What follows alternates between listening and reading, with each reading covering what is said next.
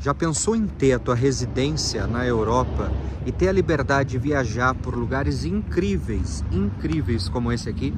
Pois é, eu me chamo Lucas Abad, sou advogado no Brasil e em Portugal e atuo na área de direito migratório.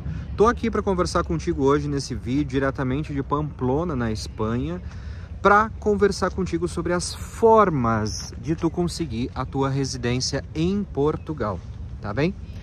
Vou falar por Portugal. Vocês têm outros vídeos aqui nesse canal que falam sobre a Espanha e nós também atuamos com os processos migratórios da Espanha, o que também é possível de viver num lugar maravilhoso como esse, que eu inclusive estou pensando em mudar para cá. Mas eu quero conversar contigo principalmente sobre Portugal nesse primeiro momento, nesse ponto, para que a gente tenha aqui uma continuidade, né? Uma continuidade nos nossos vídeos. Vamos lá, sem enrolação. Quando me perguntam qual é a primeira coisa que eu tenho que fazer quando eu saio de Portugal, quando eu saio do Brasil, quando eu saio da Angola, quando eu saio do meu país, o que eu preciso fazer para morar na Europa? O que eu preciso fazer para morar em Portugal? Vamos falar da linha geral como um todo, tá bem? Todos os países da União Europeia, todos os países de todos os lugares do mundo, tem uma legislação específica que trata da parte da imigração, do controle de fronteiras, da entrada, permanência regular e legal em território nacional. Cada país tem a sua norma. Alguns blocos econômicos ou alguns blocos de países, conjuntos de países, podem ter normas muito parecidas e semelhantes, mas os países eles não vão permitir que você tenha um documento que lhe permita circular pelo mundo, residir pelo mundo e trabalhar pelo mundo sem precisar uma autorização específica. Nem é assim entre os cidadãos europeus. Sabia disso? Por exemplo, um cidadão português que queira viver aqui na Espanha, ele tem que passar por um procedimento, claro que é muito menos burocrático e muito menos complicado, digamos assim, que um cidadão brasileiro, por exemplo, ou seja, de um cidadão de um país, de um estado terceiro, que não seja um cidadão europeu. Agora, se nós formos ver a questão de um cidadão, vamos supor, espanhol, como eu estou falando, falei o português, agora o espanhol que queira viver em Portugal, na Itália, na França, em qualquer lugar. Vamos pegar o exemplo de Portugal. Um italiano, ou espanhol, ou seja lá, quem for, da União Europeia, cidadão da União Europeia, queira viver em Portugal, ele vai passar por um processo muito simples. Primeiro que ele pode ficar 3 meses, trabalhar, e não é como turista, tá? Ele pode residir por 3 meses sem necessitar de nenhum documento. Segundo, ele vai ter que, passado esse tempo, ir até a Câmara, presta atenção em Portugal como que funciona, a Câmara da sua cidade, da localidade onde ele vai morar e comunicar que ele, enquanto cidadão europeu, decide, a partir daquele momento, residir naquele local, tá? Diferente de um cidadão de país terceiro, por exemplo, um brasileiro, um angolano, que não vamos misturar aqui, porque a Angola, por exemplo, precisa de visto para estado temporário. Mas vamos pensar aqui nos vistos de residência. Para eu residir e trabalhar, o que é que eu preciso, doutor Lucas? Bom, eu preciso de um visto válido para isso, porque eu não posso dizer que ainda que nós tenhamos dispensa de visto para estar até 90 dias, eu não posso, em regra geral, dizer que eu vou turistar, quando na verdade eu tenho intenção de trabalhar, de estudar ou de qualquer outra situação relacionada à tua estada permanente, vamos dizer assim, mais de 1 ano, que se você tem intenção de estar em Portugal, entende?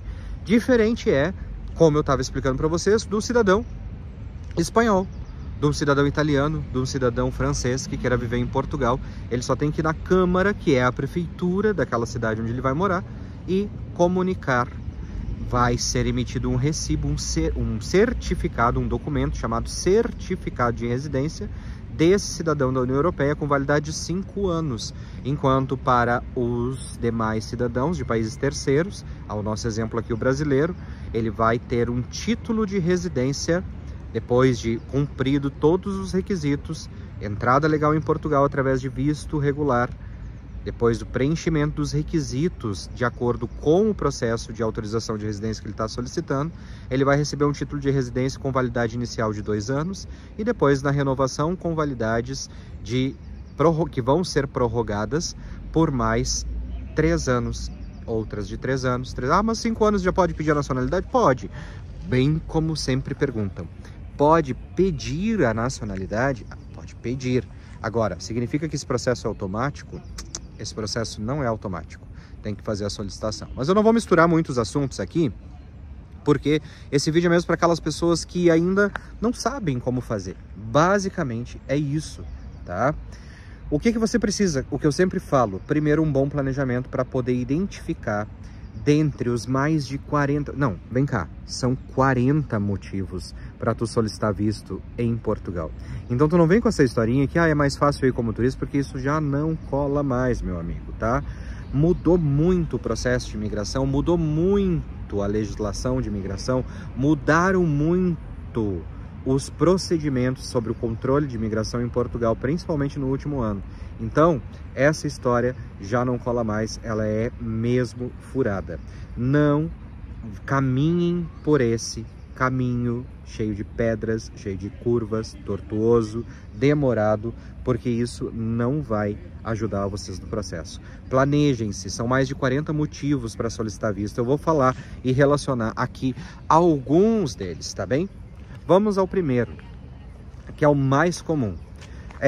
Eu não tenho uma profissão regulamentada, eu não tenho um contrato de trabalho em Portugal, eu não vou procurar estudar em Portugal nesse primeiro momento, eu quero ir procurar novas oportunidades, eu quero procurar emprego em Portugal. O que eu devo fazer?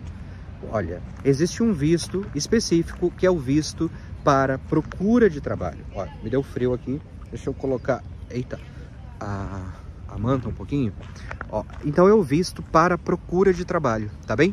Visto para procura de trabalho, ele é um visto que ele, justamente, se você não tem outro motivo que você se encaixe, o ideal seria um visto de procura de... Continuando aqui que deu uma travada. Vamos então, nós estávamos falando sobre o visto de procura de trabalho, como sendo um visto do tipo... Não sei ainda o que eu quero fazer e eu vou procurar emprego. Mas muita atenção, porque o visto para procura de trabalho, se tu é uma pessoa que tem uma veia empreendedora, não é o melhor visto para ti, já te digo. Por quê, Lucas? Porque daí o teu visto é o D2. Tu consegue entender que tem um mecanismo, tem uma dinâmica na escolha do momento do visto? Eu preciso excluir algumas possibilidades para poder ficar com outras em termos de visto? Lucas, eu estou indo estudar, então qual é o tipo de visto que eu vou para Portugal? É o visto de estudo, não complica a vida. Eu vou procurar uma inscrição, uma matrícula em uma instituição de ensino superior, fazer uma licenciatura. Licenciatura em Portugal são todos os cursos superiores. Vou fazer uma licenciatura, vou fazer um mestrado, vou fazer um doutoramento. Então, o teu visto é um visto de estudo, é um visto D4. Se você vai estar mais de um ano, é um visto D4. Eu estou falando dos vistos de residência. Agora vamos ao seguinte, eu sou uma pessoa empreendedora, eu quero empreender em Portugal, eu pretendo abrir uma empresa em Portugal, eu pretendo gerar faturamento, empregos em Portugal. O que eu preciso fazer? Eu vou desenvolver um plano de negócio, eu vou perguntar ao governo português sobre a viabilidade desse plano e vou solicitar uma residência para isso. Para isso eu tenho que atender alguns requisitos que estão na lei, para poder preencher estes requisitos e pedir a residência em Portugal. Bom, outra situação, trabalho para uma empresa fora de Portugal e o meu trabalho ele é remoto, ou seja, eu posso trabalhar de qualquer lugar do mundo. E o que eu vou fazer? Eu atendo os requisitos financeiros? Bom, se eu atendo os requisitos financeiros, o que cabe a mim? Entender que o visto para nômade digital é o visto específico. Quais são os requisitos financeiros que a gente já falou em vários vídeos aqui nesse canal? Para o nômade digital, você precisa trabalhar para uma empresa fora de Portugal. O seu trabalho deve ser um trabalho remoto, por isso nômade digital. E, além de tudo, você tem que ter rendimentos médios, ou seja, nos últimos 3 meses tem que ter circulado uma média mensal de 4 salários mínimos portugueses. No ano de 2024, o salário mínimo português é de 820 euros, tá bem? É baixo, sim. Portugal tem um custo de vida um pouco mais baixo, com exceção das questões de arrendamento, que não é tema desse vídeo, por isso eu nem vou me demorar nesse ponto, nesse assunto. Vamos, outra possibilidade, não vou conseguir falar todas. Lucas, eu sou aposentado no Brasil, olha, teve um reajuste agora das aposentadorias que eu sei. O teto, eu ganho o teto, que é de 7 mil e tantos reais. Bom, isso supera o valor de 820 euros mensais, que é o salário mínimo português. Você consegue comprovar isso? Você tem uma conta portuguesa que você pode ter ali, no momento da apresentação do visto, depositados o valor relativo a 12 meses do salário mínimo português? O teu visto é o visto D7, é um visto para aposentados, é um visto para pessoas que vivam de rendimentos. Nesse mesmo tipo de visto, você vão se encaixar também aquelas pessoas que têm rendimentos financeiros, aquelas pessoas que têm outras situações de rendimentos de renda passiva. O que é uma renda passiva? Uma pessoa que tem uma empresa, por exemplo, e tem retiradas de lucros e dividendos equivalente a média mensal do salário mínimo português, você tranquilamente vai conseguir fazer a solicitação desse tipo de visto, tá bem? Vamos pensar em outras questões. Deixa eu ver uma outra possibilidade. Bom, eu tenho uma promessa de contrato de trabalho, esse é o mais importante. Olha, alguém me disse assim, vem com visto de procura de trabalho que aqui a gente vai arranjar, vem como turista que aqui a gente vai resolver. Não é assim o caminho. Bom, se essa pessoa está te prometendo um contrato de trabalho, ela não precisa já fazer um contrato de trabalho. É que as pessoas ainda estão muito acostumadas com a questão que isso foi uma alteração da legislação quando entrou o visto de procura de trabalho também, que era possível fazer, na verdade eu precisaria primeiro esgotar as possibilidades dentro do território português para depois contratar um estrangeiro, o que já não é mais preciso isso. Então, muitas empresas ainda não entendem isso, aí vão te prometer um trabalho e primeiro te resolve vir para Portugal, mas não é isso, calma lá. O que tu tem que fazer? Pedir uma promessa de contrato de trabalho. Essa pessoa vai te entregar uma promessa de contrato de trabalho dizendo que a partir do dia tal, quando você estiver em Portugal, você vai formalizar o seu contrato de trabalho. Com isso, você vai tramitar, se claro atender todos os outros requisitos, tramitar o teu visto D1, que é o visto de trabalho. Não confunda com visto para procura de trabalho. É o visto D1, visto de trabalho, tá bem? Falei do D1, falei do D2, não vou falar do D3 agora, que é altamente qualificado. Falei das questões de estudos, falei do D7, falei do nômade digital.